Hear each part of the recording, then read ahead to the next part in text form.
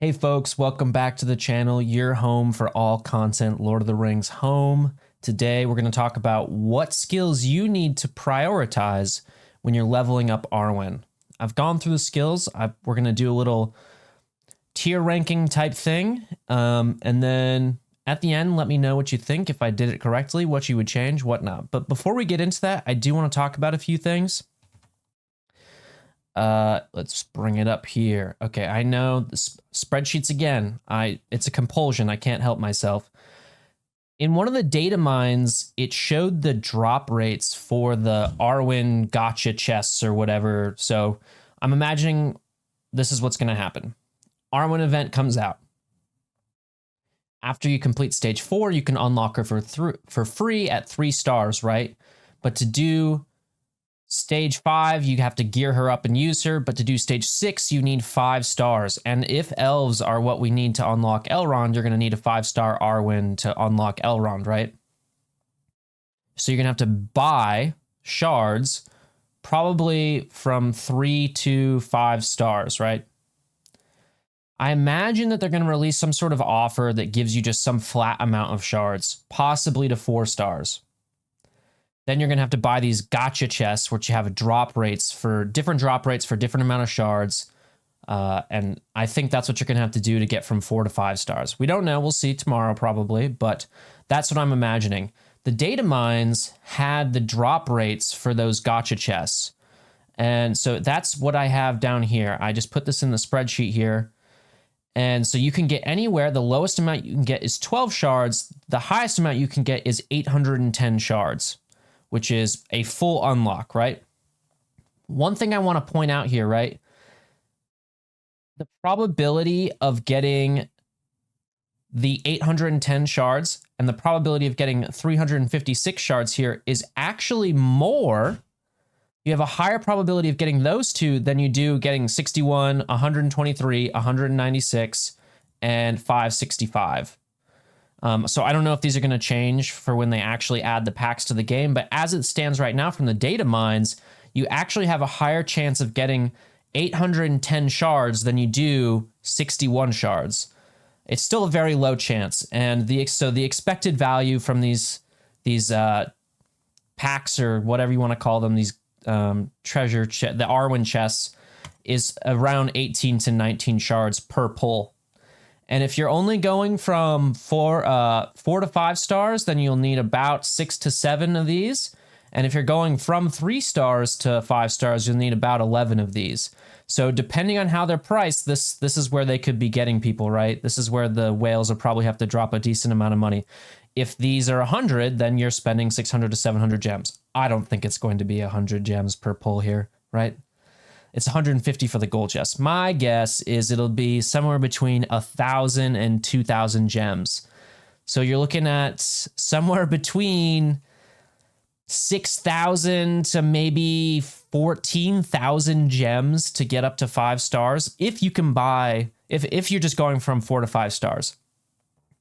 So we'll know more tomorrow when they release the pricing on these, which wasn't in the data mine, but this is the potential to be very expensive here. And the other thing I wanted to quickly talk about is I did a hoarding for Arwen video where I was talking about kind of what gear I'm getting. It's all in here. This is that same spreadsheet. And I skipped over the skills. But later that afternoon, I went and found out basically how many of those purple, the rare ability mats you need for going from 3 to 4 and from 4 to 5. We don't have any data. At least I haven't seen anything from 5 to 6. And kind of what the costs were. And so she doesn't have a leader ability. So she's just got basic, special 1, special 2, and a passive. And so this kind of summarizes all that. So let me just quickly go through that. Basically, you need 150 mats, purple mats, to go from 3 to 4. But going from 4 to 5 on all the skills requires 500 purple mats. Massive step up. Same with gold. To get everything to level 3, you only need 112k. To go from 3 to 4 on all the skills, you need 175k. But to go from 4 to 5 on all the skills, you need 425k, right? So to get everything to skill level 5, that's 715k basically. And it dwarfs every other gold cost. This is where you're sinking most of your gold, is into increasing ability levels here. I'm estimating somewhere around 1.7 mil to 1.8 mil for getting a Arwen skill level 5 G8. That's a chunk of change, and we'll see how the event goes. You probably don't need that to do the last tier of the event, but that last tier of the event, not only does it give you 500k, which is massive, it also gives you 10 epic ability mats, which is the grade beyond purple, and I don't think there's currently a way in game to get those. Maybe later on in some of the, I don't think there is right now actually. Let me know if that's not true, but so this will be the first time we can get epic ability mats, which is why I think a lot of the people, the big spenders, are really going to be going for it, not just for the gold, but also for the epic ability mats. Okay, let's get to the actual topic of the video today, which is which skills should you be prioritizing for each of these levels here. I've got all of the skills here, right? So it's pretty simple: basic, special 1, special 2, and passive. And what we're going to do is rank them based on kind of like what level. So for level 2, which of these do you want to upgrade first, right? I understand that this doesn't look great. Graphic design is not my passion, I would say. If you have a place that you find templates like this fairly easily, please let me know down in the comments. You can't do this stuff on like a tier maker website because it's split up into these columns as well. I think in the long run, I'm just going to have to learn how to use Adobe Illustrator or something like that. But at the moment, I guess we're all stuck with this crap. Okay, let's go through the skills really quickly. Well, let's go through the first and second level of the skills really quickly, and then we'll move over and start ranking things, right? So her basic, it attacks the target for 90% damage, 50% chance to grant a stack of defensive to the most wounded squad member. Again, that's like Dunner, except his is on his passive. Special 1, attack the target for 130% damage and dispel 1 boon. But this is the skill where you basically give yourself more turn meter depending on how many boons you have on yourself. And I think this is one of the main core mechanics of Arwen's kit.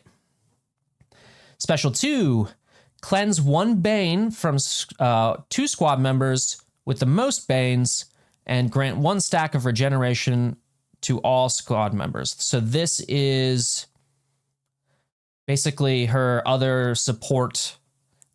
I mean, if you're playing with Elrond on the team and Elrond is presumably the healer, the big healer, this is just kind of keeping things up and running as a little bit of passive healing, a little bit of passive defense, I would say.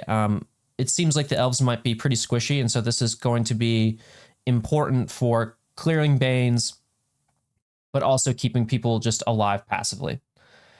Then when a squad member drops below 50% health, grant them 1 stack of Nimble. This can trigger once per squad member. Okay, this is incorrect. So all this stuff is from LOTR.gg, which is a great website. This is how it is in game when you go to look at the ability, but the left side and the website have the correct version, which is at this first level, it's a 50% chance to grant them Nimble, which is why the second level makes sense, right? Plus 25%. You're not doing 125% chance to grant Nimble. So this would put you at 75% chance to grant Nimble, right? Cleanse 3 Banes here. 20% damage, or 10% damage, plus 20% damage, and gain 20% turn meter.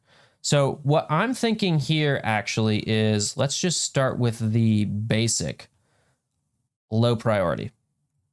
It's 10% damage. That's just not, you don't need to worry about that at the moment, right?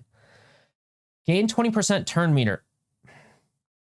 Always, always, always in these games, turn meter manipulation and speed are king. They just rule. So I think this is probably going to be a big priority. Plus, some of her other defensive capabilities get running based on when she has turns, right? Her passive and her possibly when you do her basic again. So I think her special 1, getting that extra 20% turn meter, we're going to put it here. Okay. Cleanse Banes from 3 squad members. I think this is okay. Going from 2 to 3 squad members is the big change right here. I wouldn't prioritize it. I think it's definitely better than the basic, but it's not, this isn't the first thing you're upgrading, right? Realizing I maybe needed to make those bigger, the little spacings between the things, that's okay. When a squad member drops below 50% health, grant them 1 stack of nimble and plus 25% chance to grant nimble here. So again, this should say 50, and this takes it to 75. I think this is another part of her kit, like her support level part of her kit that's pretty important. This only happens, I'm interpreting this only happens once per battle. That's once per squad member means, and not once per every time she goes. So actually, here's what we'll do. I'm going to move this down here, and I'm going to move, sorry if you can hear that crow. The crows outside are going nuts right now. Passive. So this is kind of where I think that first, going from 1 to 2, these are what you should prioritize. Let's go to 3, 20% damage. Again, not great.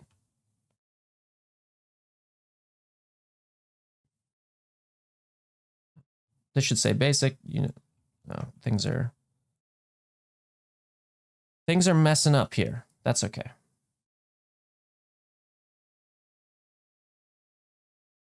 Special 1, plus 20% damage, gain an additional turn meter, 10% turn meter per boon on self. Again, I think this is very, very important.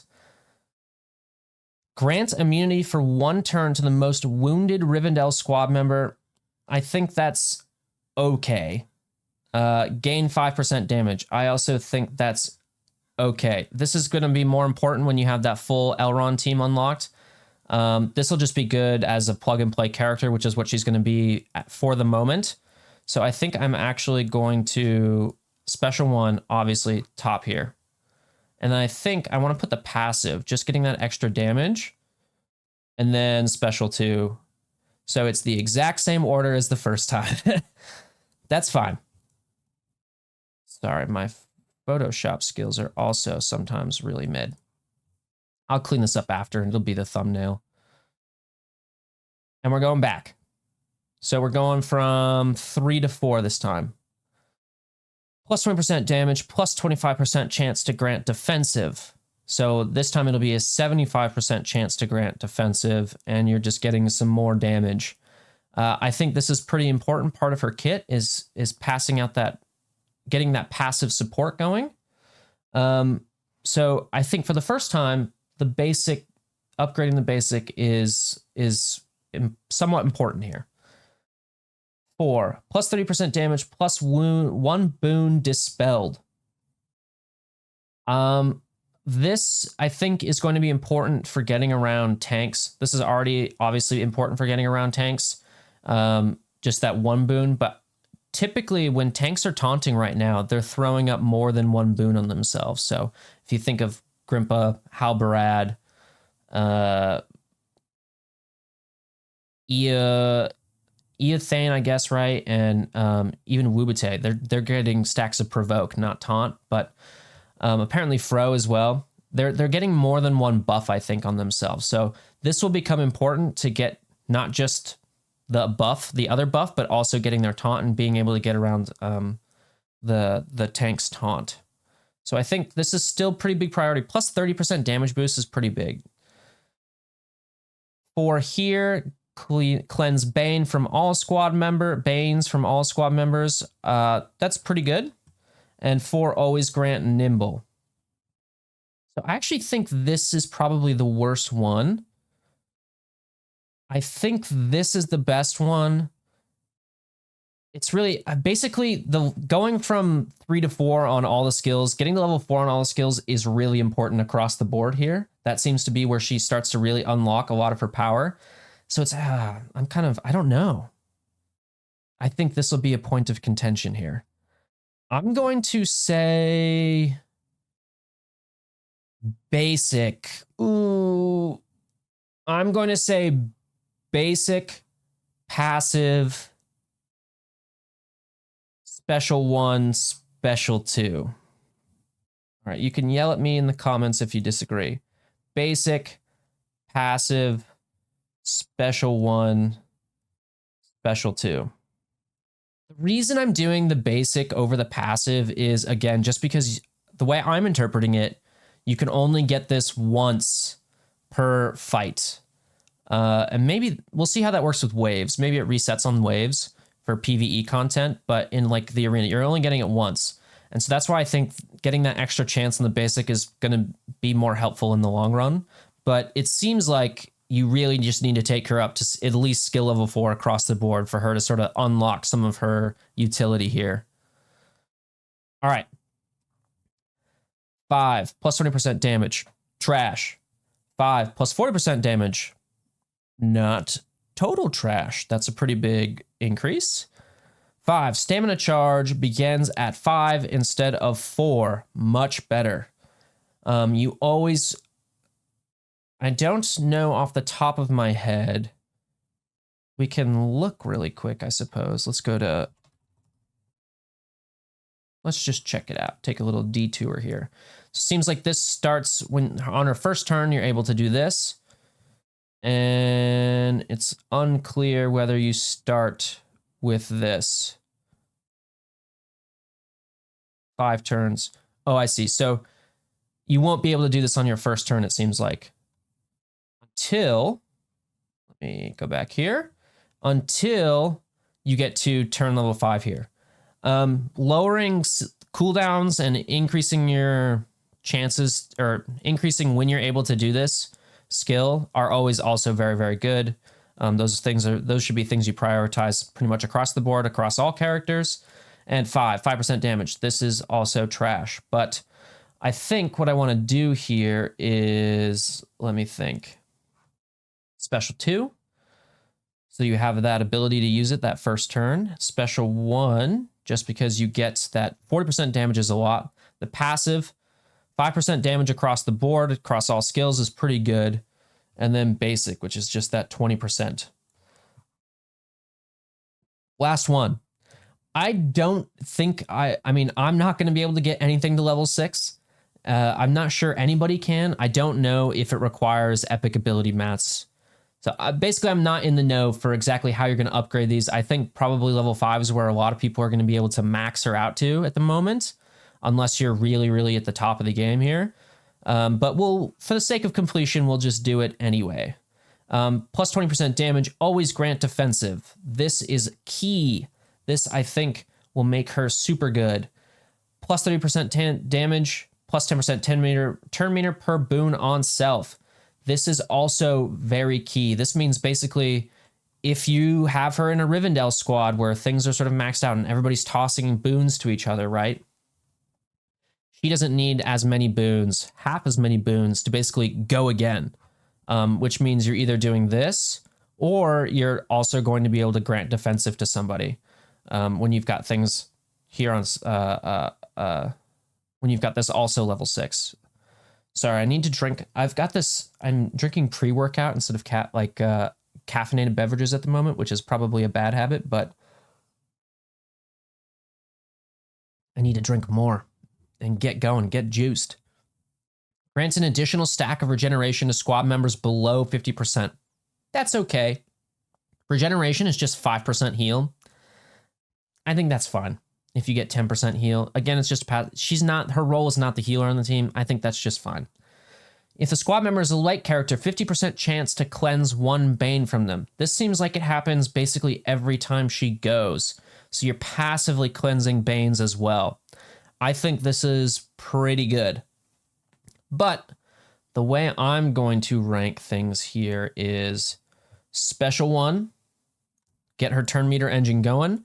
Basic for chucking up those defensives, passive here for doing that auto cleanse, and then special 2 here, I don't even remember what it did, regeneration. So this is kind of where I've landed. Let me know what you think in the comments, whether you think this is right or not. I think basically the priority here for going from 3 to 4 is what people will most likely debate about. But one other thing I just wanted to remind you that I plan on live streaming the Arwen event tomorrow at 10 a.m. Pacific time.